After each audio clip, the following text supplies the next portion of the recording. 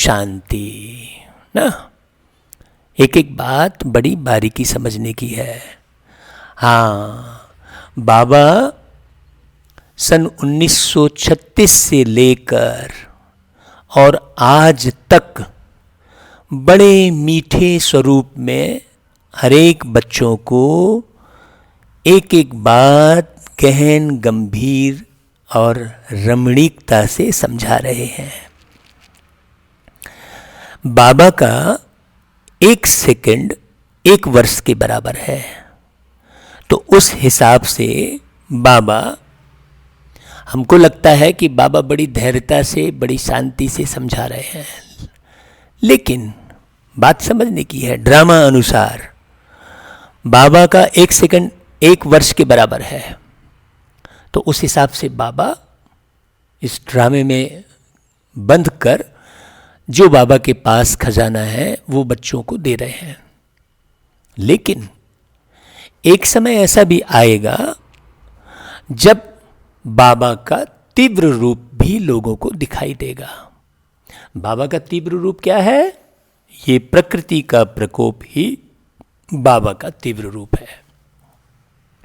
प्रकृति के प्रकोप में समुद्र की उछाल, हवा का तूफान, ये तो है ही। जल प्रकोप, अग्नि प्रकोप, ये तो है ही। ये जो बीमारियां हैं ये भी प्रकृति का प्रकोप है। और ये जो उलझने हैं दुनिया में ये भी प्रकृति का प्रकोप है। ये जो जिस लाखों और करोड़ों प्रकार की जो समस्याएं हैं ये भी प्रकृति का प्रकोप है। अब समझना बात बहुत अच्छे से। प्रकृति का प्रकोप का मतलब हुआ मनुष्य आत्माओं की अज्ञानता। प्रकृति का प्रकोप, मनुष्य आत्माओं की अज्ञानता किसे कहेंगे? मनुष्य आत्माओं की अज्ञानता ये कहेंगे कि मनुष्य आत्मा एक जीवन को सब कुछ समझ लेती है, एक परिवार को सब कुछ समझ लेती है, थोड़े से रिश्तेदार में उलझ कर रहती है और स्वयं को आत्मा न समझ के इस शरीर को ही जीवन समझती है। ये शरीर आधार है जीवन जीने का। ये शरीर आधार है इस जीवन की यात्रा को पूरी करने का। बाकी यात्रा अनवरत जारी है। ये ज्ञान नहीं होने के कारण व्यक्ति उलझा हुआ है और सिस्टम से नहीं चलता, आउट ऑफ सिस्टम चलता है। उसको बाबा ने बहुत प्यार से समझाया। पूरे साकार मुरली में बाबा प्रतिदिन कहता है, रूहानी बाप रूहानी बच्चों को समझा रहे हैं। एक बात प्रतिदिन कहते हैं बाबा, एक बात प्रतिदिन कहते हैं बाबा, अपने को आत्मा समझ मुझ बाप को याद करो। और फिर उसके बाद गुणों की बात, शक्तियों की बात, सावधानी की बात, प्यार की बात, सब कुछ समझाते हैं। उसके बाद पहली पॉइंट क्या समझाते?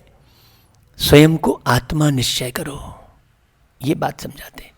फिर उसके बाद अब उस आत्मा निश्चय कैसे हो उस पर पूरी मुरली बाबा चलाते हैं। जैसे बाबा कहते हैं, बच्चे हाजी का पार्ट बजाओ।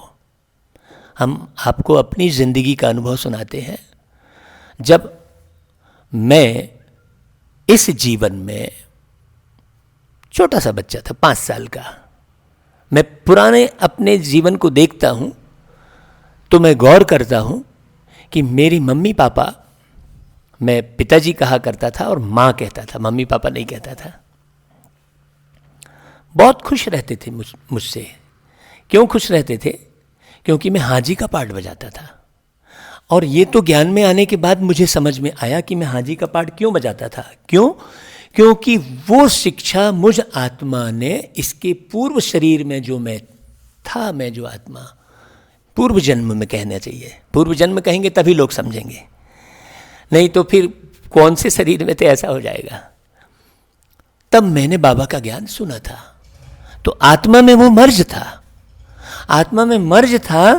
तो ये जन्म मैंने, इस जन्म के जो माता पिता थे, जो परिवार था, उनका बचपन में और किशोर अवस्था में बहुत सुख पाया, अपार सुख पाया।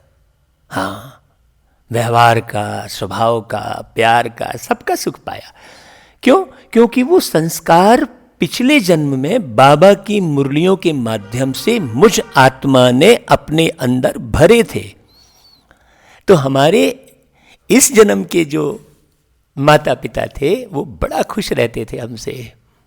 हमारी माँ कहती थी, राजू बहुत आज्ञाकारी है, जहाँ बिठाओ चुपचाप बैठ जाता है। मेरा नाम बचपन का राजू, मुझे याद आता है वो हाँ जी का पाठ बजाते थे। बाबा के इस ज्ञान से फायदा क्या है, देखिए सुनिए। इस नॉलेज को अपने जीवन में धारण करने से क्या फायदा है? हाजी का पाठ बजाने से अंदर मानसिक द्वंद्व नहीं चलता, अपनी बुद्धि में कोई अटैक नहीं आता। सहज रीति बुद्धि में व्यवहार, स्वभाव, संस्कार, समझ सब सहज रीति बुद्धि में जमा होते चले जाते हैं हाजी का पाठ बजाने से। और जरा भी हमने अपना मानसिक द्वंद्व लगाया, अपनी बुद्धि बीच में अटकाई, तो हम फेल होते हैं हर जगह। हम अपने जीवन से बहुत खुश और बहुत संतुष्ट क्यों हैं? क्योंकि हमने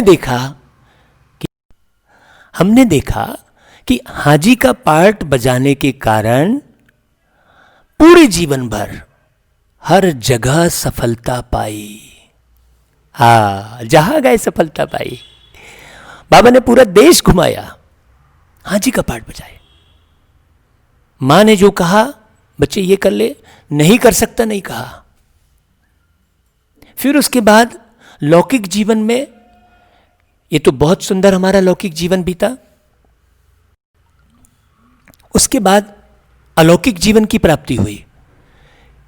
क्योंकि लौकिक जीवन बहुत सुंदर बीता, वो भी प्यारा बाबा देख रहा था। बाबा ने कल की मुरली में कहा था, संडे की मुरली में बाबा ने कहा था, ऐसा नहीं है कि मैं कुछ नहीं देखता हूं, मैं सब कुछ देखता हूं। ये कहा था, यदि आपको याद होगा तो बाबा ने कहा था। हाँ, बाबा को सब पता है, बाबा सब कुछ देखता है। फिर एक बार कहता है, मैं थोड़ी सबके संकल्पों को रीड करता बैठूंगा। बाबा देखता सब कुछ है, लेकिन रीड नहीं करता है। वो जानता सब है, लेकिन रीड करते नहीं बैठता है। वो उससे हैरान नहीं होता है। हम भी, आप हो और भी लोग हैं, जैसा भी व्यवहार करें, रहम आता है। बाबा को रहम आता है कि अरे ये बच्चे जो है, मैं आया हूं धरती पर और ये बच्चे अपने स्वभाव संस्कार की ओर ध्यान ही नहीं दे रहे हैं। तो बाबा कोई परेशान थोड़ी होता है ना। तो बाबा उसके बदले में सजा देते हैं, कुछ भी नहीं। बाबा आपको पद भी नहीं देते हैं, बाबा आपको सजा भी नहीं देते हैं। सिस्टम सेट है, सिस्टम सेट है। आप जैसा स्वभाव संस्कार रखोगे, स्वभाव संस्कार के अनुसार आपकी बुद्धि आपके स्वभाव संस्कार के अनुसार ही काम करती है। यदि हमने अपने स्वभाव अर्थात अपने अंदर चलने वाले विचारों की ओर ध्यान नहीं दिया और अपने संस्कारों की ओर ध्यान नहीं दिया, तो बुद्धि कदापि काम नहीं करेगी। सही समय पर सही निर्णय आप नहीं ले पाएंगे। आप अपने जीवन में, पिछले जीवन में गौर कीजिए कि क्या हम सही समय पर सही निर्णय ले पाए थे पहले? अभी सही समय पर सही निर्णय ले पा रहे हैं वर्तमान में? तो जैसे आपके पूर्व के संस्कार थे, अगर आपने उसको चेंज नहीं किया, वर्तमान में आप सही समय पर सही निर्णय लेने की क्षमता को बुद्धि में नहीं बढ़ाया, तो जैसा वर्तमान वैसा भविष्य। आपका भविष्य सुख में कैसे हो सकता है? मनुष्य आत्मा एक गलती क्या करती है कि सुख की कामना में लगी रहती है, लेकिन सुख के रास्ते को नहीं अपनाती है। कि सुख का सूक्ष्म रास्ता क्या है? सुख भी अति सूक्ष्म है, शांति भी अति सूक्ष्म है, पवित्रता भी अति सूक्ष्म है, ज्ञान भी अति सूक्ष्म है। भक्ति मार्ग में कहा जाता है कि जल से पतला ज्ञान है पाप भूमि से भारी, क्रोध अगन से तेज है और कलंक काजल से कारी। रंग दे चुनरिया, ये गीत है। अब रंग दे चुनरिया मतलब भाई ये जो चुनरिया है जो कपड़े की है वो तो रंगरेज अलग है, तो कौन से रंग से रंग दे चुनरिया? कौन सी चुनरिया? ये बुद्धि रूपी चुनरिया, ये संस्कारों रूपी चुनरिया, इसे ज्ञान से और गुणों से रंग दे। ये परमात्मा के सामने वो एक भक्त गीत गा रहा है और परमात्मा आकर ज्ञान की बारीकियां बता रहा है, तो उस समय उस भक्त को ध्यान ही नहीं है कि मुझे करना क्या है, वो भटक ही रहा है।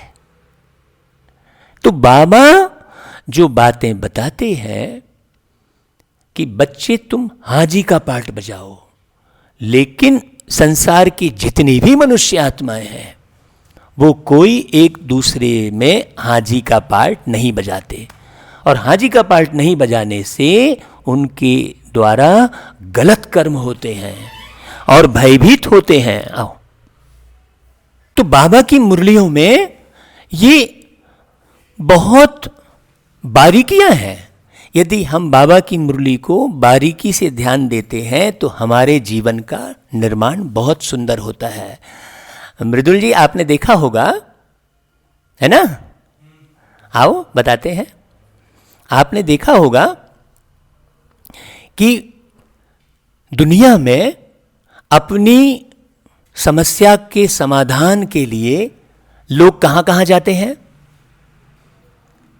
रूपम जी, अपनी समस्या के समाधान के लिए कहां कहां जाते हैं? शरीर की समस्या के लिए डॉक्टर के पास जाते हैं, और भीतरी बाहरी समस्या के लिए वो बैगा गुनिया और दरबार जाते हैं, बरोबर। लेकिन आप गौर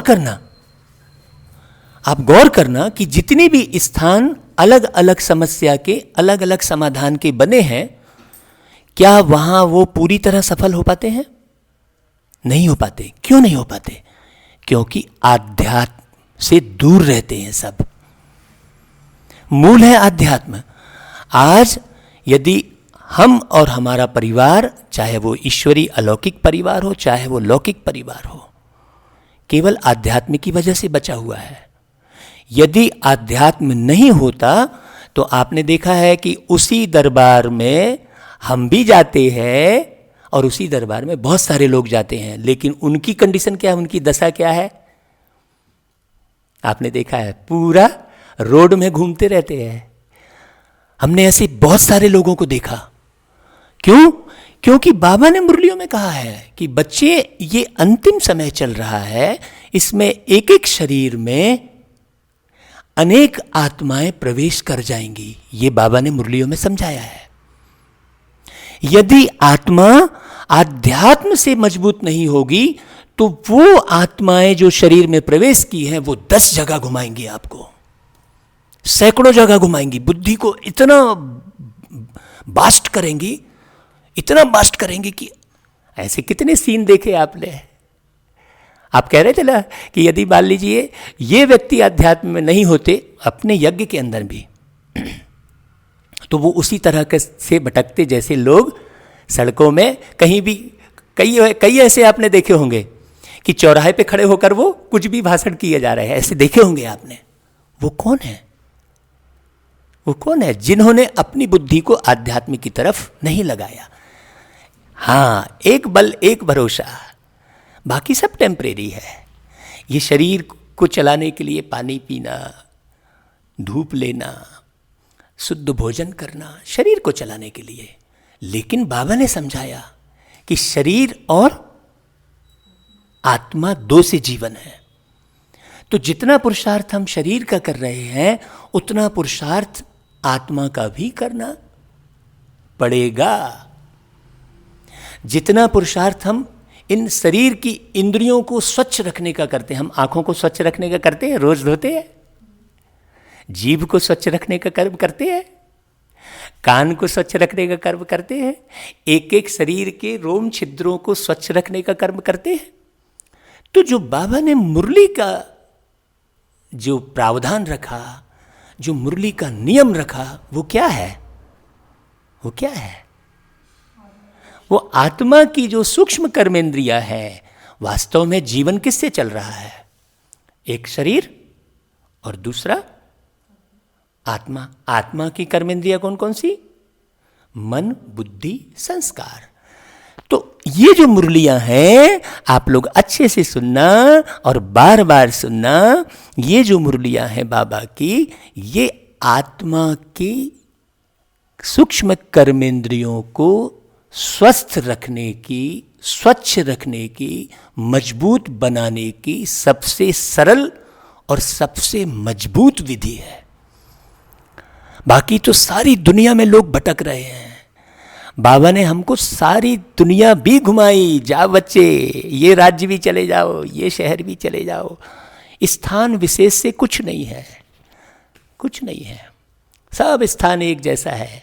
बहुत से व्यक्ति स्थान से बंधे रहते हैं, बहुत से व्यक्ति व्यक्ति से बंधे रहते हैं, बहुत से व्यक्ति वस्तु से बंधे रहते हैं। आत्मा ही व्यक्ति है, तो आत्मा शब्द बोलें या व्यक्ति शब्द बोलें, दोनों बात एक ही है।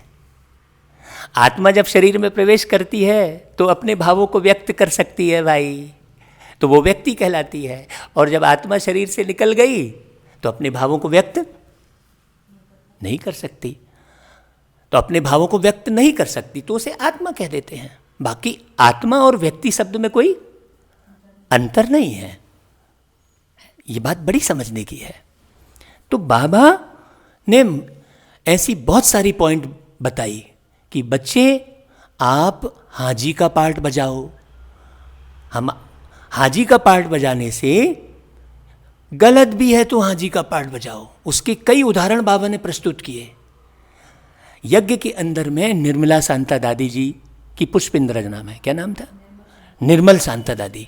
निर्मल शांता दादी को अभी परसों की संडे की मुरली में भी बाबा ने वो उसका उदाहरण दिया, आपने सुना ना? काहे का? वो लस्सी डोडा, अस्थमा हो गया था।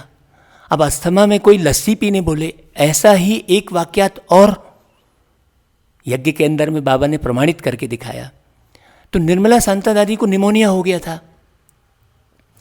तो ब्रह्मा बाबा ने कहा कि बाबा से पूछ के आ भाई। तो बाबा से जब पूछ के गए तो बाबा ने क्या बोला कि उसे बर्फ के पानी में डुबो दो। तो दुनिया में सिस्टम क्या है कि भाई बर्फ के पानी में, ठंडे पानी में अगर डुबो देंगे, नहला देंगे तो निमोनिया तो बढ़ेगा ना। लेकिन निर्मला शांता दादी ने जब सुना कि बाबा ने ये कहा है कि पानी में डुबो दो तो निमोनिया ठीक हो जाएगा, निर्मला शांता दादी पानी में डूबने तैयार हो गई, जाने लग गई।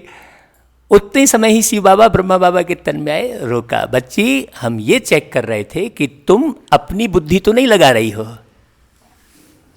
तुम दुनिया के हिसाब से तो नहीं चल रही हो, हम तुम्हारी ये परीक्षा ले रहे थे, शिव बाबा ने कहा।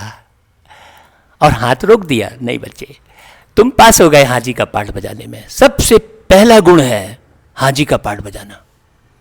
हमको कितना भी लॉस होता था, हम अपने बचपन में हमको गीत गाने का बहुत शौक था, हारमोनियम सीखने का शौक था, लेकिन घर की परिस्थिति की वजह से हारमोनियम तक भी नहीं आ पाया। हम अपनी मैया का, अपने पिताश्री का हाजी का पाठ बजाते रहे। जो बोला बच्चे जाओ ये बेच कर आओ तो वो बेच, मैंने जो बोला उसमें हम ये नहीं देखे कि हमारे बड़े बड़े दोस्त अग्रवाल फैमिली के हैं, हमारे बड़े बड़े लोगों से मित्रता है और माँ मेरे को इस तरीके से झोला लेकर बाजार में ये बेचने बोल रही, हमने नहीं देखा। उससे फायदा क्या हुआ भाई? उससे फायदा क्या हुआ कि मेरा एक रोग खत्म हो गया। कौन सा रोग? सबसे बड़ा रोग क्या कहेंगे लोग, ये रोग मेरे अंदर से खत्म हो गया। और विपरीत परिस्थितियों में भी मैं बहुत सुंदर, ये कौन सा गुण? एक कौन सा गुण? हाजी का पार्ट बजाना। प्रत्येक मनुष्य आत्मा जितने भी यूट्यूब पर सुन रहे हैं, सब अपने परिवार के अंदर में झांक कर देखें कि हम एक दूसरे के बड़े बड़े छोटे सब। अब मान लीजिए किसी छोटे ने भी बड़े को कोई अच्छी बात बताई है तो वो बड़ा भी छोटे का क्या करेगा? हाजी का पार्ट बजाएगा। बड़ा भी छोटे का हाजी का पार्ट बजाएगा। वहाँ वो ऐसा नहीं, सब एक दूसरे की हाजी का पार्ट बजाएं। ये चीज मैंने संसार में तो नहीं देखी, लेकिन जब मैं बाबा के यज्ञ में आया तो तीनों दादियों के अंदर ये मैंने प्रैक्टिकल में देखा, बाकी और कहीं नहीं दिखाई दिया। बाबा दादी के तन में आकर कहते रहे, देखो भाइयों को कहते रहे कि तुम आधार स्तंभ हो, एक दूसरे से मिलकर चलो, एक दूसरे का हाजी का पार्ट बजाकर चलो। लेकिन भाइयों में वो चीज़ हमने यज्ञ के अंदर में नहीं देखी, लेकिन दादियों में सिर्फ हमने देखी। और हमने देखा जानकी दादी, आदरणीय जानकी दादी, आदरणीय रैभवनी दादी, और हमारी मीठी मीठी प्यारी प्यारी दादी प्रकाशमणि जी, ये तीनों मूर्तियां जब तक रहीं एक दूसरे का हाजी का पार्ट बजाती रहीं। हम जब बाबा से मिलने जाते थे तो बहुत सारे, चूँकि हमारे गीत प्रसिद्ध हो चुके थे, तो बहुत सारे बाबा के बच्चे हमको बुलाते और कांच के केबिन में बिठाते। तो हमने देखा कांच की केबिन में और भी पुरानी दादियों के संग और भी दादियाँ थीं, लेकिन हमारे बाजू में ऐसी दादी बैठी थी, हमें उनका नाम नहीं मालूम है, वो हाजी का पार्ट बजाने वाली नहीं थी। तो उनका नाम आज तक आपको भी नहीं मालूम, यज्ञ में किसी को नहीं मालूम। वो बाजू में बैठकर जब बाबा मुरली चला रहे होते थे, दादी के तन में चला रहे होते, तो वो, हम कांच की केबिन में बैठे थे, तो वो उठपटांग, बड़ा बाबा, बड़ा शिव बाबा, ये ऐसा करता है, ऐसा बोलती रहती थी। ये हमने अपनी प्रत्यक्ष आंखों से देखा। तो वो हाजी का पार्ट दादी के साथ, जानकी दादी के साथ हाजी का पार्ट नहीं बजाती थी। तो बाबा का एक मुख्य पॉइंट कौन सा है? हाजी का पार्ट बजाना। ऐसे ही मुरली में कई पॉइंट हैं, ये पॉइंट दर पॉइंट आप उठाते जाइए, नोट करते जाइए। एक तरफ नोट कीजिए कि बाबा ने क्या पॉइंट सुनाया, दूसरी तरफ नोट कीजिए मैं कितने पॉइंट का अपने जीवन में उपयोग कर रहा हूं। तीसरी एक कॉलम बनाइए, उसमें आप देखिए, लिखिए कि मैंने जितने पॉइंट का उपयोग किया है उससे मुझे कितना % लाभ मिला है। तो लाभ को देखते हुए आपको पता लगेगा कि आपने जितनी पॉइंट है उसे कितने % में फॉलो किया है।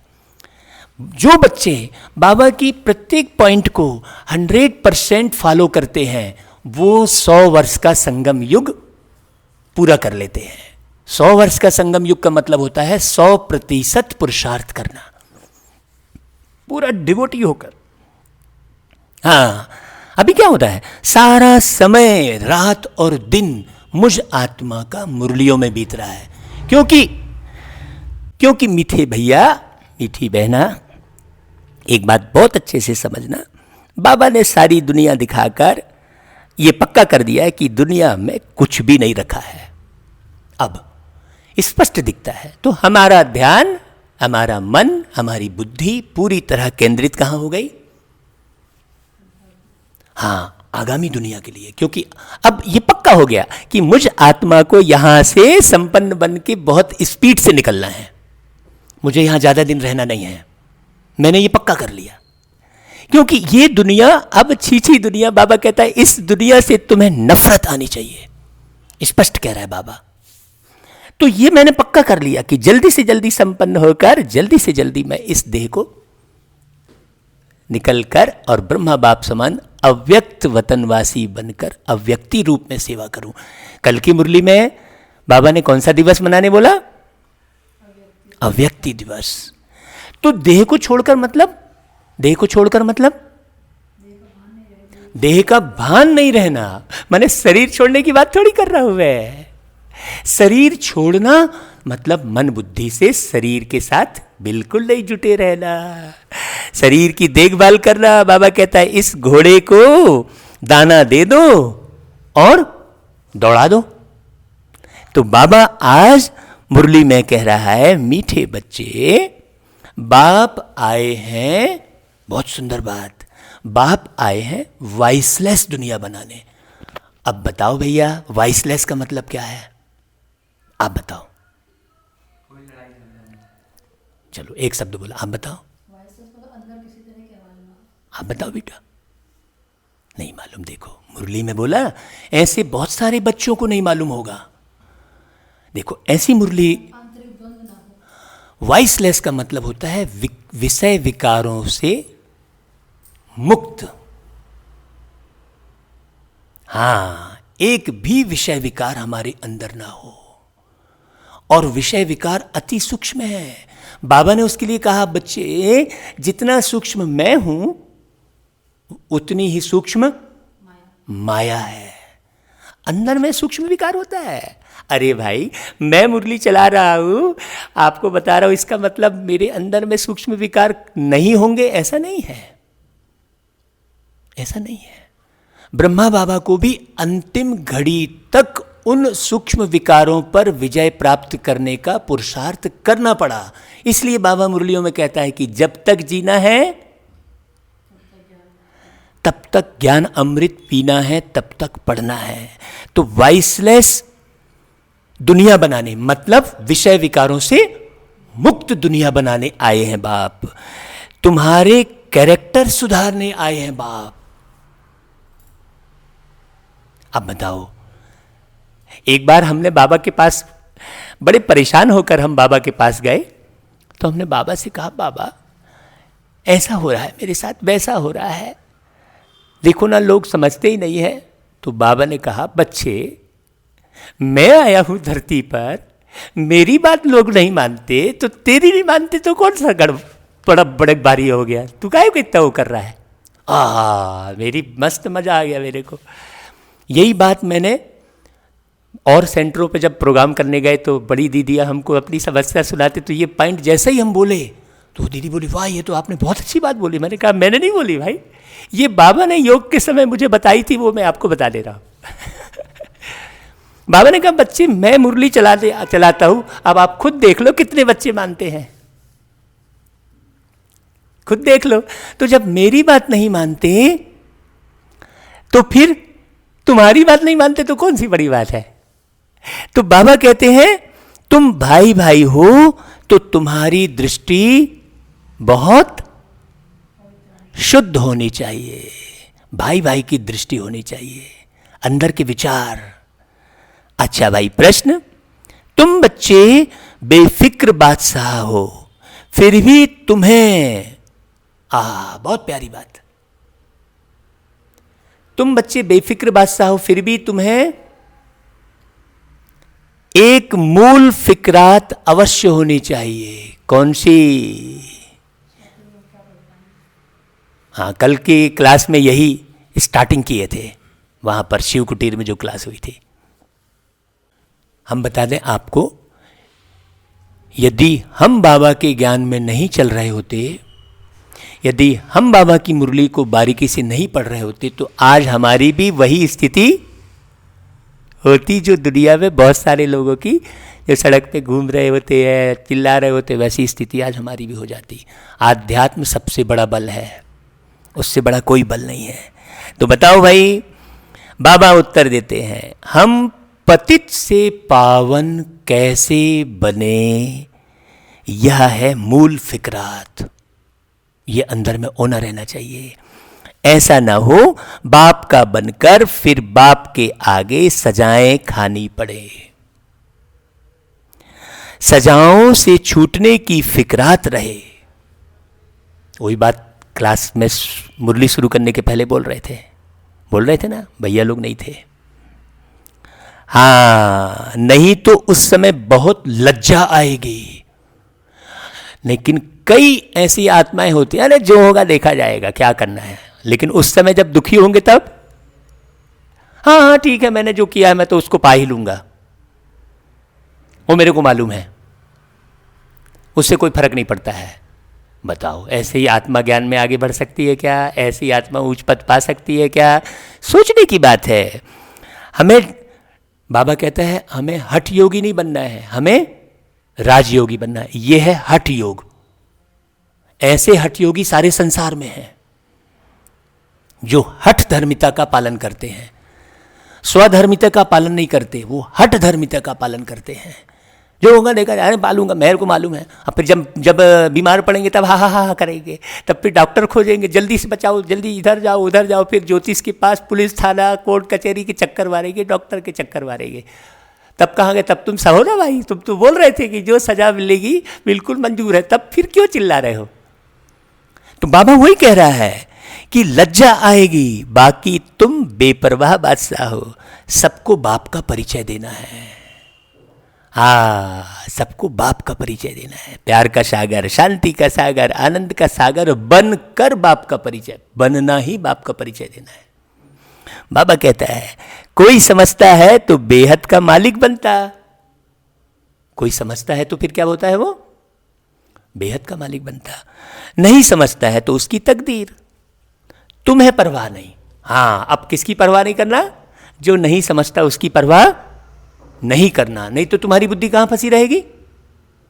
नहीं समझने वाले में फंसी रहेगी। देखो कितना टेंशन खिंचवा रहे बाबा।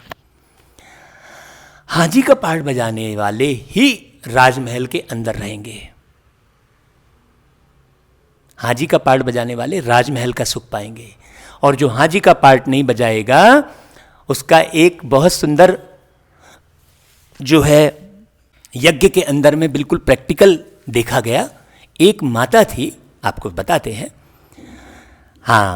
एक माता थी जो सोचती रह गई कि मैं आज यज्ञ में ये करूंगी, कल ये करूंगी, ऐसा करूंगी, और कल करूंगी, कल करूंगी, कहते कहते उसने एक भी धन सफल नहीं किया।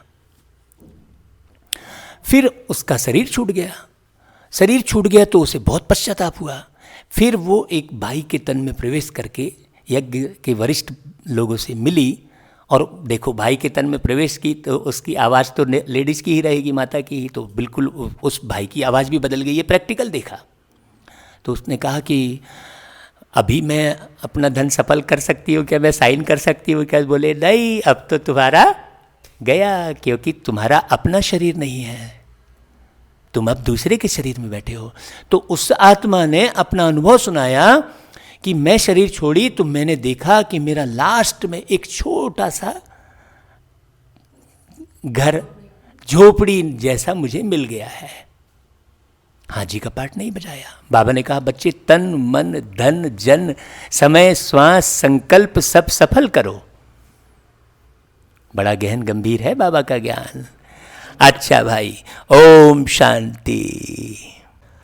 अच्छा भाई, रूहानी बाप जिनका नाम शिव है, वह बैठ अपने बच्चों को समझाते हैं। रूहानी बाप सभी का एक ही है। पहले पहले यह बात समझानी है तो फिर आगे समझना सहज होगा। अगर बाप का परिचय ही नहीं मिला होगा तो प्रश्न करते रहेंगे। आपके अंदर यदि बाप के भाव नहीं दिखेंगे तो उनके अंदर प्रश्न उठते रहेंगे, और जैसे ही बाप के भाव दिखेंगे, ये मैंने अपने जीवन में प्रैक्टिकल में देखा है, सारे प्रश्न खत्म हो जाते। कल ही हम एक घर पे गए थे तो उनका सारा परिवार बैठ गया। हमारे अंदर बाप के भाव थे। उनको ऐसा लगा कि अरे ये सारी समस्या खत्म हो गई। कल ही एक परिवार में गए थे तो ये हमने अनुभव किया, जब हम अपने इस दुनिया के भाव में रहते हैं तो सेवा नहीं होती है, और जब हम अलौकिक पारलौकिक भाव में रहते हैं तो सेवा हुई पड़ी है। बाबा कहता है फर्क है बहुत। तो बाबा कहते हैं पहले पहले तो यह निश्चय कराना है। सारी दुनिया को यह पता नहीं है कि गीता का भगवान कौन है। तो ये सिर्फ कह देने बस से थोड़ी होगा। तो गीता का भगवान कौन है ये लिख देने बस से नहीं होगा। बाप का परिचय देना मतलब बाबा बिंदु रूप है, परम धाम में रहता है, ये परिचय देने से परिचय थोड़ी मिल जाएगा। परिचय बोल रहे हैं ना बाबा। माने हमारा स्वरूप दिखाई दे वैसा। किसी भी चीज को हम उसके स्वरूप से पहचानते हैं, कह देने बस से नहीं पहचानते हैं। कोई भी वस्तु है उसको केवल कह दिए कि हाँ ये वस्तु ऐसा काम करती है वैसा काम करती है, हम थोड़ी उसको हमारी बुद्धि में बैठ जाता है। जब हम उसका उपयोग करते हैं, उसके स्वरूप को समझते हैं, तब हमारी बुद्धि में बैठता है। तो वास्तव में प्रचार कौन सा होना चाहिए? प्रचार हमारे अपने स्वरूप का होना चाहिए। ये बात समझने की है। केवल परिचय में लिख दिया और फिर बाकी समय हम व्यवहार एक दूसरे से खटर पटर चलती रही तो कभी निर्माण नहीं होने वाला है। 1000 साल भी संगम युग का मिल जाएगा तो भी निर्माण नहीं होगा। बहुत बारीक समझने की बात है। तो बाबा तो कहता है चलो भाई तुम लोग सब नहीं बनोगे तो मैं 108 में ही काम चला लूँगा, 108 ही तो हो जाए बस। फिर तो मैं विनाश शुरू कर दूंगा। हाँ, मैं तो काम चला लूँगा बाकी फिर उसके बाद। बाबा की बात बहुत गहन गंभीर है। हम कहते परमपिता परमात्मा शिव गीता का भगवान है, वही ज्ञान का सागर है, मुख्य है सर्वशास्त्रमयी शिरोमणि गीता। भगवान के लिए ही कहते हैं, हे प्रभु तेरी गत मत न्यारी। हाँ, तो जरूर उसकी बात बिल्कुल निराली होगी, जो समझने के लिए हमें बुद्धि लगानी पड़ेगी, बुद्धि का योग लगाना पड़ेगा हमको, क्योंकि उसकी गत मत न्यारी है, सारी दुनिया में बोल रहे हैं। मतलब जो दुनिया में मत बताई जा रही है उससे अलग है, न्यारी मतलब उससे अलग है। अब हम दुनिया की मत से उनकी मत को मिक्स करेंगे तो कभी समझ नहीं पाएंगे भाई। बाबा कहते हैं कृष्ण के लिए ऐसे नहीं कहेंगे, बाप जो सत्य है वह जरूर सत्य ही सुनाएंगे। सत्यम शिवम सुंदरम कहते हैं, बात बड़ी समझने की है। दुनिया पहले नई सतो प्रधान थी ना, अभी दुनिया पुरानी तमो प्रधान है। इस बात को अच्छे से समझ जाना चाहिए, तब हम न्यारे हो सकते हैं। गतमत न्यारी, गतमत न्यारी मतलब बाबा की जो न्यारी बात है उससे ही हम, जब उस न्यारी बात को समझेंगे, आत्मसात करेंगे, तभी हम न्यारे होंगे। तो बाबा कहता है कि दुनिया को बदलने वाला एक ही बाप है। हाँ, मतलब आप नहीं बदल सकते भाई, इसलिए अगर कोई नहीं बदल रहा है तो उसका टेंशन कभी भी कहीं भी, किसी भी बहन जी को, किसी भी भाई जी को, कोई भी अलौकिक परिवार लौकिक परिवार में ये टेंशन नहीं लेना चाहिए। और ये वातावरण तो हमने बहुत अच्छा बाबा के यहाँ देखा है। बाबा कहते हैं कि बाप कैसे बदलते हैं। हाँ हाँ हाँ, कितनी प्यारी बात है। बाप ही बदलते हैं और कैसे बदलते हैं वह भी समझाना चाहिए। देखो, मतलब केवल बाप का परिचय ऐसे दे दिए नहीं, बाप आते कैसे हैं और कैसे बदलते हैं, वो हमने शुरू में जो क्लास कराई थी उसमें बहुत सारी पॉइंट वो आई है। बाबा कहते हैं पहले पहले तुम बच्चों को अंतर्मुख होना है। पहले पहले तुम बच्चों को अंतर्मुख होना है, जास्ती तिक तिक नहीं करनी है। मतलब जास्ती तिक तिक नहीं करनी है का मतलब क्या हुआ? नहीं, आर्गुमेंट नहीं करना है किसी से। हाँ, मतलब क्वेश्चन नहीं करना है, आर्गुमेंट नहीं करना है किसी से। कोई मान रहा है तो ठीक, नहीं मान रहा है तो ठीक। आप अपने अंतर्मुख को देखो बस। मतलब आप स्वयं का निर्माण ज़्यादा से ज़्यादा करो। स्वयं का निर्माण करते रहोगे तो लोग खुद ही देख लेंगे। प्रोडक्ट जब तैयार हो जाता है तो लोग, अच्छा बनता है तो लोग स्वतः ही उपयोग करते हैं, पुराना छोड़ देते हैं, अपने आप छोड़ देते हैं। तो नई दुनिया बन रही है, मतलब हमें नया बनना है। बाबा के डायरेक्शन प्रमाण। बाबा कहते हैं अंदर घुसते हैं तो बहुत चित्र देख पूछते ही रहते हैं। पहले पहले समझानी ही एक बात चाहिए, जास्ती पूछने की मार्जिन न मिले। बहुत बहुत स्लाइटली सेवा की विधि सिखा रहा है बाबा। बोलो बोलो, पहले तो एक बात पर निश्चय करो, फिर हम आगे समझाएं, फिर तुम 84 जन्मों के चक्र पर ले आ सकते हो। बाप कहते हैं मैं बहुत जन्मों के अंत में प्रवेश करता हूं। एक बात ये समझ में आनी चाहिए। हाँ, इनको ही बाप कहते हैं। तुम अपने जन्मों को नहीं जानते हो। अब आज सवेरे मेरे एक चिंतन चल रहा था, देखो तुम अपने जन्मों को नहीं जानते हो, कैसे जाने लोग अपने जन्मों को? लोगों ने तो दुनिया भर की भ्रांति फैला दी है। सबसे बड़ी भ्रांति ये है कि लोगों को यही पता नहीं है। लोग कहते हैं पता नहीं भाई, अब ये शरीर छूट जाएगा तो क्या बनेंगे आगे जाके। इसलिए भी भयभीत होते हैं, इसलिए भी शरीर छोड़ना नहीं चाहते, क्योंकि ज्ञान क्या फैला है। हाँ, अब सोचो, अब आपकी कुंडली में लिखा है सर्प योनि, इनकी कुंडली में लिखा है हिरण योनि, इनकी कुंडली, भैया की कुंडली में लिखा है गज योनि, मेरी कुंडली में लिखा है वानर योनि। मतलब मैं वानर हूं। हम चार जो हैं अलग अलग प्रकार की आत्माएं आकर एक परिवार में हुए हैं और हम मनुष्य बन गए। और हम बढ़िया माने हम वानर योनि में हम गीत गा रहे थे क्या? क्या हम जंगल में घूम घूम के और पेड़ों पे चढ़ चढ़ के हम गीत गा रहे थे? जबकि हम 5 वर्ष से भी छोटे थे तब से हम गीत गा रहे हैं। तो अगर मैं वानर योनि से आया तो मैं गीत गाना कहाँ से सीख गया भाई? हमारे घर में तो वो व्यवस्था ही नहीं थी, अब आपको पहले ही बताए हैं। ये हिरण्य योनि से आया तो बचपन से ही लक्ष्मी वो ब्रह्मा बाबा की तस्वीर को रखे रहते थे भाई, और जो है देखते रहते थे। तो क्या ये हिरण्य योनि में ब्रह्मा बाबा की बचपन से ही, छोटेपन से कहाँ से जुगाड़ कर लिए थे पता नहीं, ना हमने दी थी ना कुछ बच्चे को। तो हमने सोचा कि हाँ, ये हमारे परिवार के चारों सदस्यों को मंच पर बिठाकर इस बात को सारी दुनिया के सामने क्लियर किया जाए कि देखो भाई, हमारी कुंडली में ये लिखा है। अब सोच लो, कुंडली के बल के भरोसे में आधारित पूरा जीवन चलाते हैं वो। कन्या और बच्चे का जो विवाह करते हैं वो कुंडली के आधार पर करते हैं। तो अब कुंडली के आधार पर तो सब करते हैं, फिर तलाक के केस इतने ज्यादा क्यों हैं? आप तो कुंडली के आधार पर किए भाई। तो दुनिया में ज्ञान को बहुत उलझा दिया गया है। बाबा आके एक एक शब्द के द्वारा सुलझाता है। तो अब हमारी बुद्धि ज़्यादा से ज़्यादा कहाँ लगनी चाहिए? क्योंकि चरित्रवान अगर राष्ट्र ही नहीं होगा तो आप करोड़ों अरबों रुपया कमा भी लेंगे तो आपको सुख मिलेगा क्या? अगर चरित्रवान राष्ट्र नहीं होगा तो आपको सुख मिलेगा क्या? तो पूरा पूरा ध्यान हमको कहाँ लगाना चाहिए?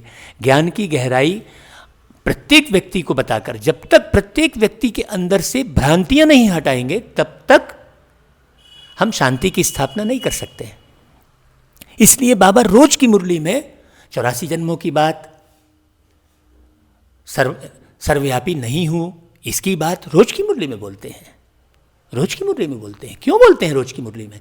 क्योंकि तुम रोज की मुरली में वो पॉइंट को सुन सुनकर तुम अलग अलग तरीके से क्योंकि तुम दुनिया में व्यवहार कर रहे हो, तुम्हें मालूम है दुनिया में कैसे कैसे लोग हैं, तो तुम उससे रिफाइन करके लोगों को समझा सको उसी टॉपिक पर। तुम टॉपिक से अलग ना भागो, क्योंकि यही कुछ टॉपिक हैं जिसकी वजह से सारी दुनिया बर्बाद हुई है। बहुत समझने की बात है। तो बाबा कहता है कि इनको ही बाप कहते हैं। बाप हमको प्रजापिता ब्रह्मा द्वारा समझाते हैं, पहले पहले अल्प पर ही समझाते हैं। तो अल्प समझने से फिर कोई संशय नहीं होगा। बोलो, बाप सत्य है, वह भी असत्य नहीं सुनाते। बेहद का बाप ही राजयोग सिखलाते हैं। शिवरात्रि गाई जाती है तो जरूर शिव यहां आए होंगे ना। अब हम उसको इस तरीके से स्पष्ट करते हैं कि भाई जो भी व्यक्ति आया उसका जो स्वरूप था उसकी मूर्ति बनी।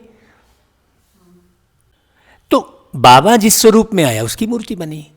बाबा निराकार रूप में धरती पर परकाया प्रवेश किया, वो तो अपना ही निराकार था ना भाई, उसका तो रूप नहीं है ना। ये तो दादा लेखराज का शरीर दिख रहा है, तो बाबा तो निराकार ही है, तो उसका अपना शरीर नहीं है। तो इसलिए सारे देश में, विदेशों में, जापान में भी 3 फीट के स्टैंड पर एक शिवलिंग के आकार की प्रतिमा पर ध्यान करते हैं। जापान में भी, आपके मक्का में शिवलिंग के आकार की प्रतिमा है जिसे संगे अस्वद कहते हैं।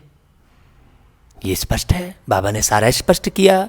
तो बाबा कहते हैं कि वो निराकार रूप में आते हैं, ब्रह्मा के द्वारा स्थापना करता हूं। बाबा कहते हैं जैसे कृष्ण जयंती भी यहां मनाते हैं, कहते हैं मैं ब्रह्मा द्वारा स्थापना करता हूं। उस एक ही निराकार बाप के सब बच्चे हैं। उस एक ही निराकार बाप के सब बच्चे कौन हैं? आत्माएं। निराकार आत्माएं सब बच्चे हैं। एक एक शब्द कितनी बारीकी समझाते हैं बाबा। तुम भी उनकी औलाद हो और फिर प्रजापिता ब्रह्मा की भी औलाद हो। प्रजापिता ब्रह्मा द्वारा स्थापना की तो जरूर ब्राह्मण ब्राह्मणियां होंगे, बहन भाई हो गए। इसमें पवित्रता रहती है। गृहस्थ व्यवहार में रहते पवित्र रहने की यह है भीति। हाँ, कि भाई हम एक बाप के बच्चे हैं तो हम भाई बहन में फिर कुदृष्टि नहीं जाएगी, क्रिमिनल दृष्टि नहीं होनी चाहिए। बाबा कहते हैं 21 जन्म दृष्टि सुधर जाती है। बाबा जो सिखाते हैं, तो सारा परिवर्तन दृष्टि का ही तो है। हमने कुछ समझाया, तुमने कुछ सोचा, कुछ का कुछ समझ गए तो तुम बुरा मान गए। हम वैसा समझा ही नहीं रहे थे तो हम भी हतप्रभ रह गए, अरे यार मैं तो ऐसा बोला ही नहीं भाई। तो क्यों? तुम्हारे दृष्टि का परिवर्तन हो गया। सारी दुनिया में यही हो रहा है? हाँ, पहले अड़ोसी पड़ोसी एक परिवार के होते थे, आज एक परिवार में कई पड़ोसी हो गए। एक ही घर में पड़ोसी हैं, है कि नहीं? आज की स्थिति, एक ही घर में पड़ोसी। वो कहेंगे भैया ये आजू बाजू में एक बड़ा सा घर बना है, तो वो एक कमरे में अलग घुस गया, वो एक कमरे में अलग घुस गया, उसके घर में, उसके कमरे में अलग टीवी है तो उसके कमरे में अलग टीवी है, तो वो टीवी भी अलग अलग देख रहा है। भाई टीवी का आविष्कार इसलिए कराया गया कि सब लोग भैया एक हाल में बैठकर सब लोग एंजॉय करेंगे। तो आज क्या स्थिति हो गई? जितने कमरे उतनी टीवी हैं, जितने कमरे उतने फ्रिज। भाई मेरे फ्रिज में अलग सामान रहेगा भैया, मेरे अपने खाने का सामान अलग। तो आज एक घर में पड़ोसी हो गए। पहले पड़ोसी एक घर के हो जाते थे। बहुत गहरी बात है। तो दृष्टि का ही परिवर्तन हो गया ना। बाबा कहते हैं बाप ही बच्चों को शिक्षा देंगे ना, कैरेक्टर सुधारते हैं। अभी सारी दुनिया के कैरेक्टर सुधरने हैं। इस पुरानी पतित दुनिया में कोई कैरेक्टर नहीं है, इसलिए यहाँ बुद्धि लगाना ही नहीं है। हाँ, सब में विकार है। यह है ही पतित विशस दुनिया। फिर वाइसलेस दुनिया कैसे बनेगी? सिवाय बाप के कोई बना ना सके। अभी बाप पवित्र बना रहे हैं। यह है सब गुप्त बातें। ये बात क्यों बोली बाबा ने गुप्त बातें? कि तुम अंदर अंदर पुरुषार्थ करो। ऊपर बाबा ने क्या बोला? अंतर्मुखी। हाँ, यह सब है गुप्त बातें। सब पुरुषार्थ करते ही हैं भगवान से मिलने के लिए। हम आत्मा हैं, आत्मा को परमात्मा बाप से मिलना है। भगवान एक निराकार है। लिबरेटर गाइड भी परमात्मा को ही कहा जाता है। दूसरे धर्म वाले को, कोई को लिबरेटर गाइड नहीं कहेंगे। मुक्ति का रास्ता कोई नहीं बताता, सब धर्म परिवर्तन कराते हैं। हाँ, और धन की लालच में आकर एक धर्म से दूसरे धर्म में भागते रहते हैं लोग, सुख की आस में, शांति की आस में। परमपिता परमात्मा ही आकर लिबरेट करते हैं। लिबरेट करते हैं का मतलब क्या हुआ? लिबरेट करते हैं का मतलब हुआ तमो प्रधान से सतो प्रधान बनाते हैं। गाइड भी करते हैं कि भाई ऐसा ऐसा मार्ग पे चलो। तो पहले पहले यह एक ही बात बुद्धि में बिठाओ। अगर ना समझे तो छोड़ देना चाहिए। बाबा ने कह दिया देखो। हाँ, परसों हम आपको ये बात बोल रहे थे ना कि भाई जो नहीं समझते हैं वो बिल्कुल उसके पीछे माथा नहीं मारना चाहिए। कई बार रोशनी बहन फोन करके बोले ऐसा होता है, हमने कही भाई तुम बिल्कुल माथा मत मारो। बाबा कहते हैं अल्प को नहीं समझा तो बे से क्या फायदा। भल चले जाएं तो चले जाएं, भाई हमारे कुल का नहीं होगा ये समझ लेना चाहिए। भल चले जाएं, तुम मूंझो नहीं, तुम बेपरवाह बादशाह हो, इसकी परवाह मत करो। बाबा कह रहा है असुरों के विघ्न पड़ने ही हैं। जो असुर होंगे वो विघ्न डालेंगे ही, उनका काम ही है विघ्न डालना। बाबा कहता है यह है ही रुद्र ज्ञान यज्ञ। तो पहले पहले बाप का परिचय देना है। बाप कहते हैं मन मना भाव। जितना पुरुषार्थ करेंगे उस अनुसार पद पाएंगे। पुरुषार्थ कौन सा करना है और हम कौन सा कर रहे हैं, ये बारीक बात समझने की है। आदि सनातन देवी देवता धर्म का राज्य स्थापन हो रहा है। देखो यहाँ पर हम दादियों की बात फिर से सामने लाते हैं, क्योंकि हम पिछले जन्म में भी दादियों के साथ रहे हैं, इसलिए हमें बार बार दादियों की याद आ जाती है। वो दृश्य अब तो स्पष्ट दिखने लगा है, एकदम एकदम क्लियर है। तो देखो आप बहुत अच्छे से समझना कि दादियों को, कुछ छोटी छोटी कन्याओं को प्यारे ब्रह्मा बाबा ने एक जगह पर एक रखा और शिव बाबा उनके तन में आते रहे और ज्ञान समझाते रहे। ऐसा 14 साल बीत गए। अब वो 14 साल में बाहरी दुनिया का उनको कुछ भी ज्ञान नहीं, दादियों को वो रुपया नहीं पहचानती थी। तो क्या सारा जीवन गड़बड़ हो गया? अब कैसे चले भाई बाहरी दुनिया में? 14 साल तो ऐसी तपस्या में बिताए, बाहरी दुनिया का कुछ ज्ञान नहीं, तो क्या उनका जीवन खराब हो गया? नहीं, उनका जीवन दिव्य बना। जब वो दिव्य जीवन को लेकर संसार में सामने आई तो उन्हें नोट पहचानने की जरूरत, वो अठन्नी को भी नहीं पहचानती थी, रुपया को भी नहीं पहचानती थी वो दादियां, उनको कुछ पता नहीं था। और फिर बाबा ने क्या किया? बाबा ने जाओ, अब तुम तैयार हो गई हो, अब तुम बनारस जाओ, चलो तुम बॉम्बे जाओ, तुम इधर जाओ, और कुछ भी मालूम नहीं बाहर जाके क्या करना है। लेकिन उनके अंदर वो दिव्यता, वो न्यारी अवस्था बन गई थी कि लोग स्वतः ही सब कुछ ऑफर करते थे। अच्छा, अरे वाह, आप तो बिल्कुल बहुत अलौकिक लग रहे हो, आप कहाँ से आए हो? ऐसा करके बनारस में स्थापना हुई तो बम्बई में हुई तो सब जगह हुई, और आज पूरे विश्व के अंदर में हम खुद देख रहे हैं। तो ये नहीं सोचना चाहिए कि हमें दुनिया का ज्ञान नहीं होगा तो हम दुनिया में चलेंगे कैसे। नहीं, दुनिया के मालिक का ज्ञान हो गया तो मालिक ही सब कुछ है।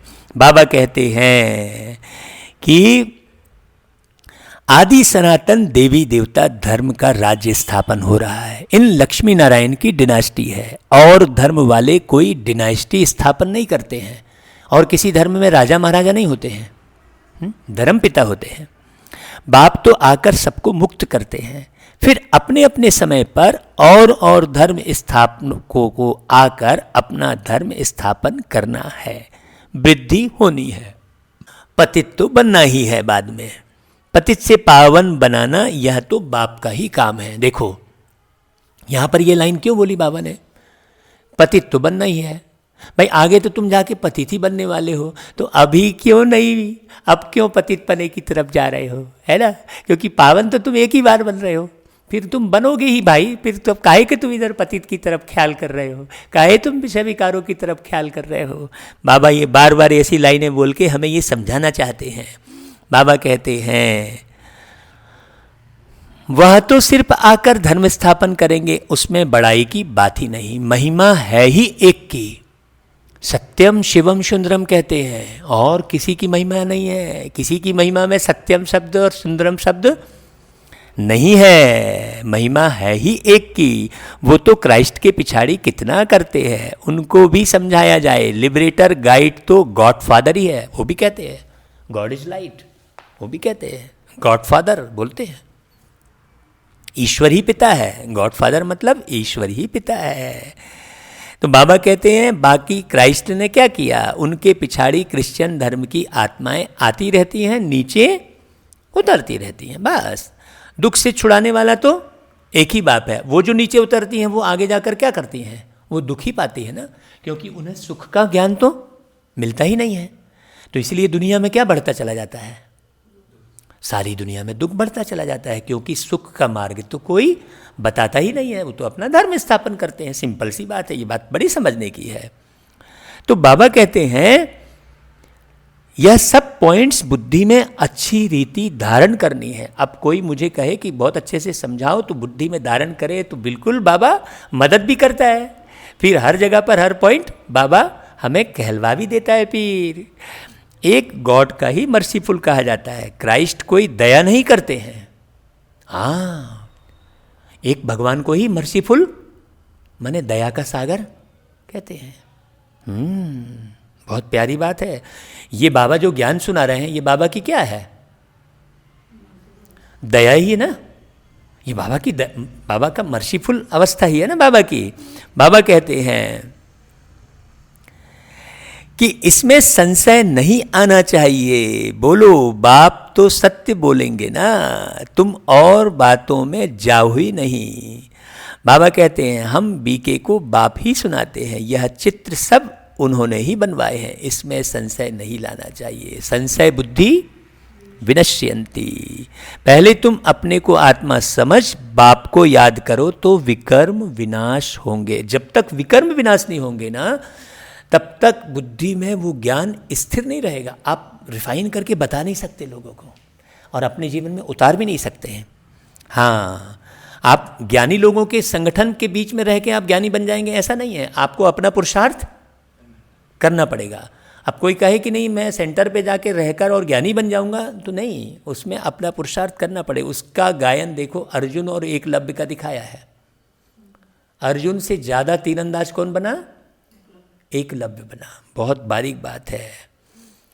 हाँ, तो बाबा कहते हैं अपने को आत्मा समझ मामेकम याद करो, देह के सब संबंध छोड़ो, इसके सिवाय और कोई उपाय नहीं है। क्यों? क्योंकि पतित पावन तो एक ही है ना।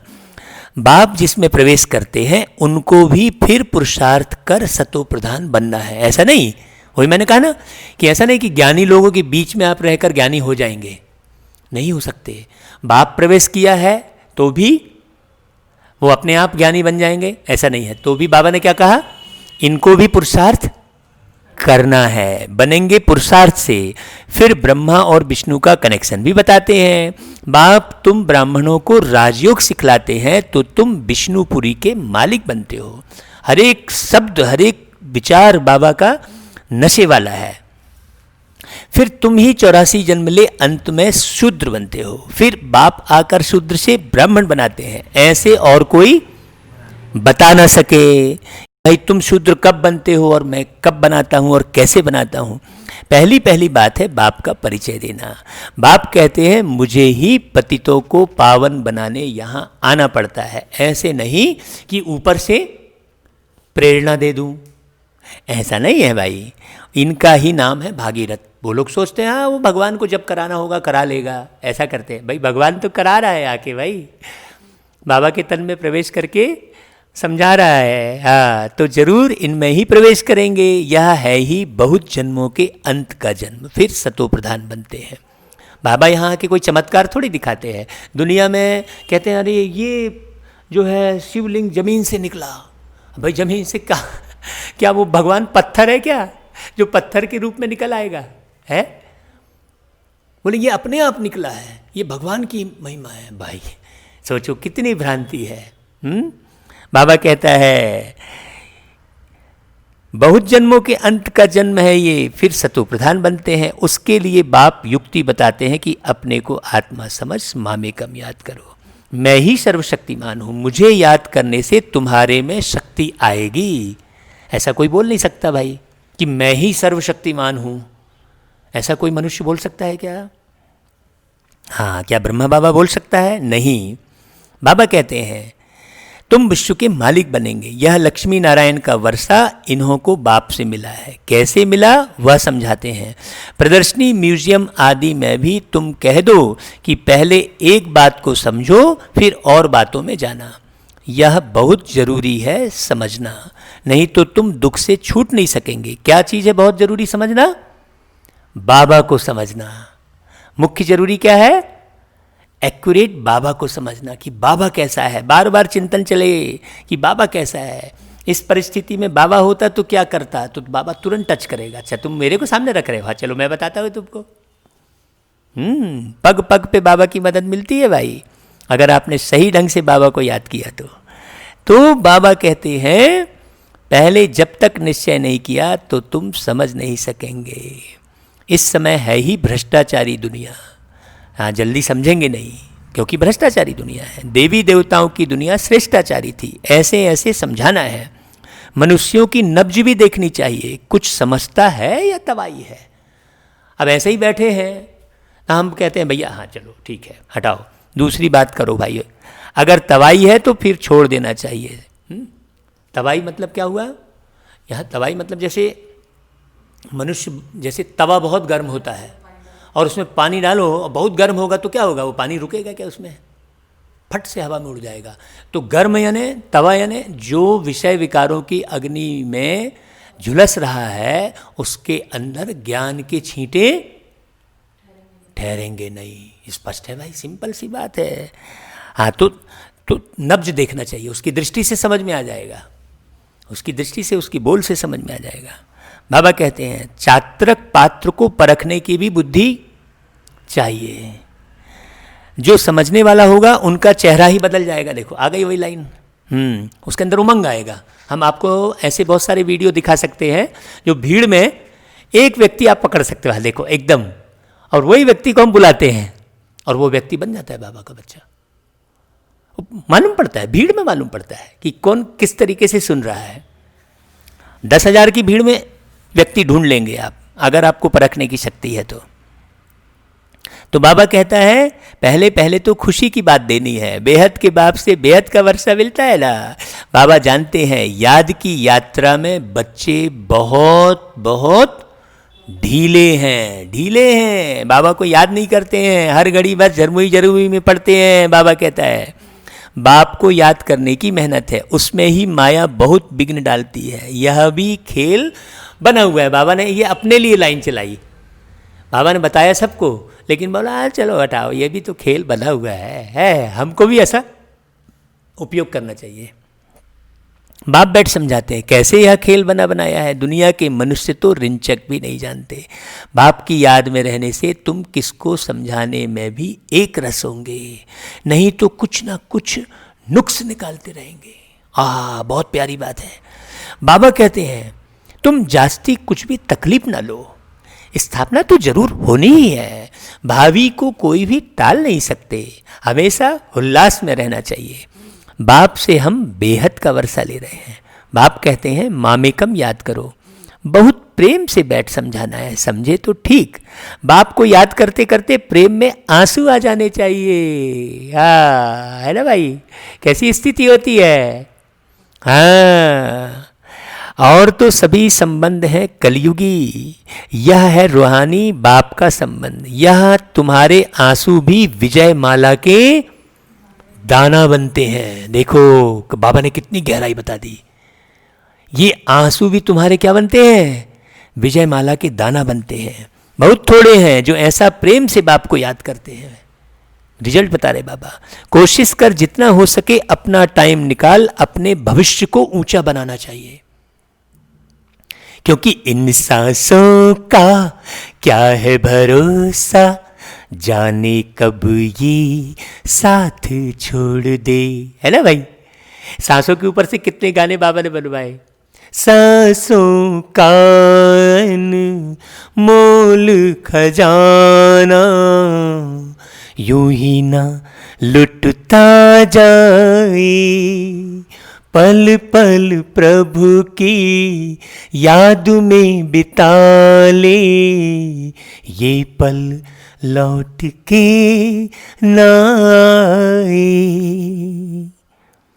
तो ज्यादा टाइम निकालकर अपने भविष्य को ऊंचा बनाना चाहिए। प्रदर्शनी में इतने ढेर बच्चे नहीं होने चाहिए, न इतने चित्रों की दरकार है। देखो बाबा क्या बोल रहा है, नंबर 1 चित्र है गीता का भगवान कौन, उसके बाजू में लक्ष्मी नारायण का सीढ़ी का, बस। बाकी इतने चित्र कोई काम के नहीं। बाबा कहता है मैंने ढेर नहीं जाना चाहिए।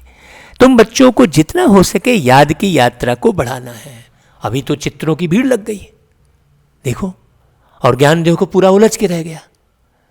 बाबा कितना सार बता रहा है। बाबा कहते हैं मूल फिक्रात रखनी है कि पतित से पावन हम स्वयं कैसे बने। बाबा का बनकर और फिर बाबा के आगे जाकर सजा खाएं, यह तो बड़ी दुर्गति की बात है। बाबा देखता रहे, अरे यार मेरे बच्चे सजा खा रहे, बाबा कुछ नहीं करेगा क्योंकि वो सिस्टम सेट है। अभी याद की यात्रा पर नहीं रहेंगे तो फिर बाप के आगे सजा खाने समय बहुत बहुत लज्जा आएगी। सजा ना खानी पड़े, सबसे जास्ती यह फुरना रखना है। तुम रूप भी हो बसंत भी हो। बाबा भी कहते हैं मैं रूप भी हूँ बसंत भी हूँ, छोटी सी बिंदु हूँ और फिर ज्ञान का सागर भी हूँ। तुम आत्मा में सारा ज्ञान भरता हूँ, 84 जन्मों का सारा राज तुम्हारी बुद्धि में है। तुम ज्ञान का स्वरूप बन ज्ञान की वर्षा करते हो। ज्ञान का एक एक रत्न कितना अमूल्य है, इनकी वैल्यू कोई कर न सके। इसलिए बाबा कहते हैं पद्मा पदम भाग्यशाली। तुम्हारे चरणों में पद्म की निशानी भी दिखाते हैं, इनको कोई समझ न सके। मनुष्य पदमपति नाम रखते जरूर हैं, लेकिन समझते थोड़ी हैं? पदमपति कहने से समझते हैं इनके पास बहुत धन है। अरे पदमपति का एक सरनेम भी रखते हैं। बाप सब बातें समझाते हैं, फिर कहते हैं मूल बात है कि बाप को और 84 के चक्र को याद करो। यह नॉलेज भारतवासियों के लिए ही है। भारतवासियों के लिए मतलब देवी देवता धर्म की आत्माओं के लिए, है ना। यहाँ पर बारीक समझना, नहीं तो कई कहे भारतवासियों के लिए, फिर जाके लंदन में क्यों ज्ञान सुनाया भाई, ऐसा बोलने लग जाएंगे, यूके में क्यों सुनाया। नहीं, भारतवासी मतलब जो देव आत्माएं हैं उनके लिए ही यह ज्ञान है। तुम ही 84 जन्म लेते हो, यह भी समझ की बात है ना। और कोई सन्यासी आदि को स्वदर्शन चक्रधारी भी नहीं कहेंगे। सन्यासी नहीं सुनेंगे। हम एक बार इंदौर से उज्जैन जा रहे थे तो वही सन्यासी का एक किस्सा हुआ था ना। हाँ, ये ज्ञान हम बता रहे थे तो वो भड़क उठे थे हमारे ऊपर, लेकिन हम साइलेंट में थे, एकदम साइलेंट में। वो यहाँ तक कि गाली गलौज पर भी उतर आए, तुम ये गृहस्थियों को ये सब ज्ञान क्यों बता रहे हो, ऐसा करके वो चिढ़ गए। तो सारे के लोग जो सुन रहे थे वो उनसे लड़ने लग गए। अब वो हम देख रहे हैं साक्षी होकर, जो हमसे सुन रहे थे वो और वो आपस में लड़ रहे हैं, हम दूर खड़े हो गए। फिर बाद में उन लोगों को लगा कि यही कारण है हम लोगों को लड़ाने का, तो वो हमको खींचकर फिर दूसरे कंपार्टमेंट में ले गए और खूब गालियां दे रहे थे हमको। चल तेरे को ले चलते हैं हम अपने हेड के पास, तब तेरे को पता चलेगा। सब कि चलो भैया, ऐसा करके मैं बड़ा साइलेंट पे था, बाबा को याद कर रहा था। जब नीचे उतरे तो बाबा की क्या कमाल हुई, वो सारे के सारे हाथ जोड़कर कहने लगे जरूर आप कोई देव आत्मा है भाई। हमने कहा कैसे? बोले नहीं, हमने इतनी गालियां दी आपको, इतना 3 तूफान मचाया, सबके सामने में बेइज्जती करके खींच के ले आए, लेकिन आप कुछ नहीं बोले, तो जरूर आप देव आत्मा है। बोले ये गुण तो देव आत्माओं में रहते हैं। ऐसा करके ये प्रत्यक्ष आपको अपना अनुभव बता रहा हूँ। तो बाबा वही कहते हैं कि और कोई सन्यासी आदि को स्वदर्शन चक्रधारी भी नहीं कहेंगे। हाँ, देवताओं को भी नहीं कहेंगे, क्योंकि वो स्वदर्शन चक्र तो जानेंगे नहीं। सतयुग में थोड़ी याद रहेगा, 2 दिन का याद नहीं रहता भाई, तो संगम का सतयुग तक कहाँ से याद रहेगा। लेकिन आत्मा में मर्ज रहता है। जैसे एक छोटे सा बच्चा पूरे देश की राजधानी और देश के नाम बता रहा है, एक बच्चा पूरे गाड़ियों का बता रहा है। अब वो गाड़ियों का कहाँ से जान गया भाई, गोद में बैठ के? हाँ, पूरी गाड़ियों का बताता है। तो वो मर्ज रहता है आत्मा के अंदर में ज्ञान। तो बाबा कहता है तुम कहेंगे हमारे में सारा ज्ञान है, इन लक्ष्मी नारायण में नहीं है। बाप तो यथार्थ बात समझाते हैं ना। यह ज्ञान बड़ा वंडरफुल है। तुम कितने गुप्त स्टूडेंट हो। हाँ, तुम कहेंगे हम पाठशाला में जाते हैं, भगवान हमको पढ़ाते हैं। तो एम ऑब्जेक्ट क्या है? हम यह लक्ष्मी नारायण बनेंगे, मनुष्य सुनकर वंडर खाएंगे। लेकिन हमारी बुद्धि में यह रहना चाहिए ना कि मेरे जीवन का लक्ष्य क्या है। जीवन किससे है? आत्मा से। आत्मा से जीवन है ना। आत्मा ही नया शरीर तैयार करती है, आत्मा ही गर्भ में बैठकर नया शरीर तैयार करती है। तो जीवन किससे है? आत्मा से ही जीवन है। तो मुझ आत्मा का ये लक्ष्य रहना चाहिए ना कि मुझ आत्मा को अगला शरीर और अगला पद लक्ष्मी नारायण का ही लेना है। ये बाबा बार बार बच्चों को पक्का कराते हैं। इसलिए कहते हैं बच्चे, बाबा कहते हैं ये याद रखो कि हम अपने हेड ऑफिस में जाते हैं। क्या पढ़ते हो? मनुष्य से देवता, बेगर से प्रिंस बनने की पढ़ाई पढ़ रहे हो। तुम्हारे चित्र भी फर्स्ट क्लास हैं। धन दान भी हमेशा पात्र को किया जाता है। पात्र तुमको कहाँ मिलेंगे?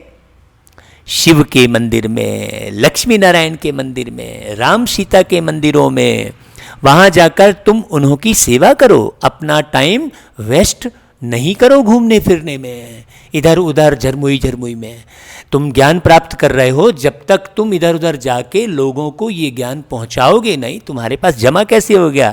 बहुत बच्चों को कदर नहीं है, कहते बाबा, टाइम वेस्ट करते हैं। बाबा कहते हैं गंगा नदी पर भी जाकर तुम समझाओ पतित पावनी गंगा है या परमपिता परमात्मा है। देखो बनारस की बात याद आ गई थी मुझे, और बाबा देखो वही मुरली में आया लाइन आगे। तो बाबा कहते हैं सर्व की सदगति या पानी करेगा या बेहद का बाप करेगा। सोचने की बात है। पापों को कौन मिटाएगा? अगर वो पानी की गंगा मिटा रही होती तो जहाँ जहाँ से गंगा गई है वहाँ लड़ाई झगड़ा मस्त शांति होती, फिर तो ईमानदारी होती, सत्यता होती, मिलावटखोरी नहीं होती, भ्रष्टाचार नहीं होता। आज तो तुम जिस शहर में चले जाओ तो पानी थोड़ी तुमको समझाएगा भाई, पानी तो अचेतन है, सतचित आनंद स्वरूप परमात्मा ही समझाएगा ना। सर्व की सदगति पानी थोड़ी करेगा। तुम इस पर भी अच्छी रीति समझा सकते हो, विश्व का मालिक बनने का रास्ता बताते हो, दान करते हो, कौड़ी जैसे मनुष्य को हीरे जैसे विश्व का मालिक बनाते हो। भारत विश्व का मालिक था ना। तुम ब्राह्मणों का देवताओं से भी उत्तम कुल है। यहाँ पर ब्राह्मण बच्चे आपको ऐसे ही साधारण दिखाई देंगे, ऐसा लगेगा अरे यार ये देवता बनेगा, पता चल रहा है वो आत्मा आगे जाकर विश्व का महाराजा बन रही है। हाँ, यहाँ तुमको साधारण भोला भाला सा दिखाई देगा वो, क्यों भोला भाला बाबा ने बना दिया उसको, बढ़िया नॉर्मल दिखाई देगा। तुम कहोगे ये तो ऐसा ही है। हाँ, जिसको तुम ऐसे ही ये कह रहे हो वो आत्मा के अंदर में वो पद मर्ज होते चला जा रहा है, वो एक्यूरेट पालन कर रहा है बाबा की श्रीमत का, उसकी दृष्टि इधर उधर नहीं बैठ रही है। हमने ऐसे बहुत सारे साधारण बच्चे देखे और बहुत सारे बच्चे ऐसे देखे 30 मार का जो खाली दिखावटी पने में कर रहे हैं, उनका ना तो दृष्टि सही है ना उनकी वृत्ति सही है। बहुत अच्छे से परख शक्ति दिलवाई बाबा ने, सारा देश घूमे हमने देखा, नहीं 3-5 में लगे हैं बस सानो शौकत में। हाँ, बाबा कहते हैं मैं बाप का एक ही सिकिलधा बच्चा हूँ। कौन कह रहे भाई? ब्रह्मा बाबा। तो बाबा कहते हैं कि भारत विश्व का मालिक था ना, तुम ब्राह्मणों का देवताओं से भी उत्तम कुल है। यह बाबा तो समझते हैं मैं बाप का एक ही सिकिलधा बच्चा हूँ। बाबा ने हमारा यह शरीर लोन पर लिया है, तुम्हारे सिवाय और कोई भी यह बातें समझ न सके। बाबा की हमारे पर सवारी की हुई है, हमने बाबा को कूल्हे पर बिठाया है, अर्थात शरीर दिया है कि सर्विस करो। उनका एवजा फिर वह कितना देते हैं जो हमको सबसे ऊंच कंधे पर चढ़ाते हैं, नंबर 1 ले जाते हैं। देखो ब्रह्मा बाबा कैसे नशे से कह रहे हैं। बाप को बच्चे प्यारे लगते हैं तो उनको कंधे पर चढ़ाते हैं ना। हाँ, माँ बच्चे को सिर्फ गोद तक लेती है, बाप तो कंधे पर चढ़ाते हैं। हाँ, बिल्कुल सही बात है। अरे कई बार चढ़े हैं भाई बाप की कंधे पर। पाठशाला को कभी कल्पना नहीं कहा जाता भाई, पाठशाला है ना, पाठशाला को थोड़ी कल्पना कहेंगे। हाँ, स्कूल में हिस्ट्री ज्योग्राफी पढ़ते हैं तो क्या वह कल्पना हुई? बाबा कह रहे हैं देखो भाई, हिस्ट्री ज्योग्राफी पढ़ते हैं ना तो वो कल्पना थोड़ी हुई। यह भी वर्ल्ड की हिस्ट्री ज्योग्राफी है ना, कई लोग इसे कल्पना समझ लेते हैं। अच्छा भाई, बाबा फिर याद प्यार देते हैं, मीठे मीठे सिकिलधे बच्चों प्रति मात पिता बाप दादा का याद प्यार और गुड मॉर्निंग। रूहानी बाप की रूहानी बच्चों को नमस्ते। हम रूहानी बच्चों की रूहानी मात पिता बाप दादा को याद प्यार गुड मॉर्निंग और नमस्ते बाबा। फिर धारणा के लिए मुख्य सार है। अब क्या क्या धारण करना है देखो।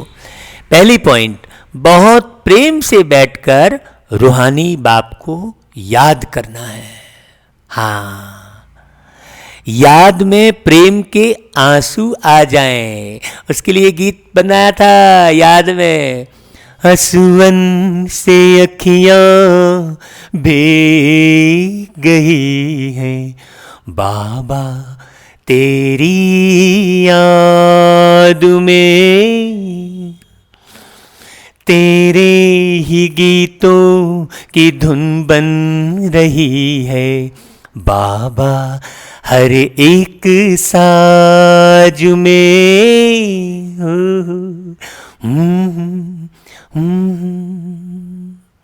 ये गीत आप सुन लेना भाई पूरा।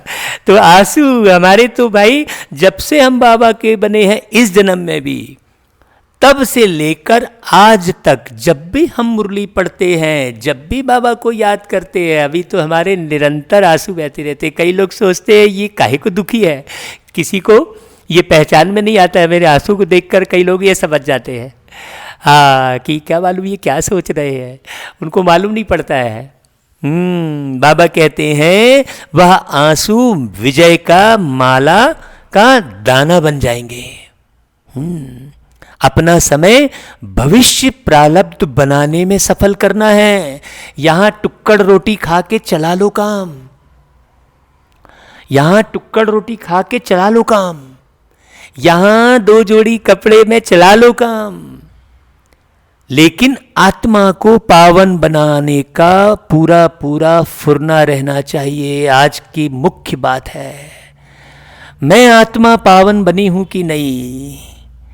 हाँ, अपना समय भविष्य प्रारब्ध बनाने में सफल करना है, क्योंकि ये समय लौटकर, ये पल लौट के ना आए, एक गीत और बना था, ये सांसें हो रही है कम,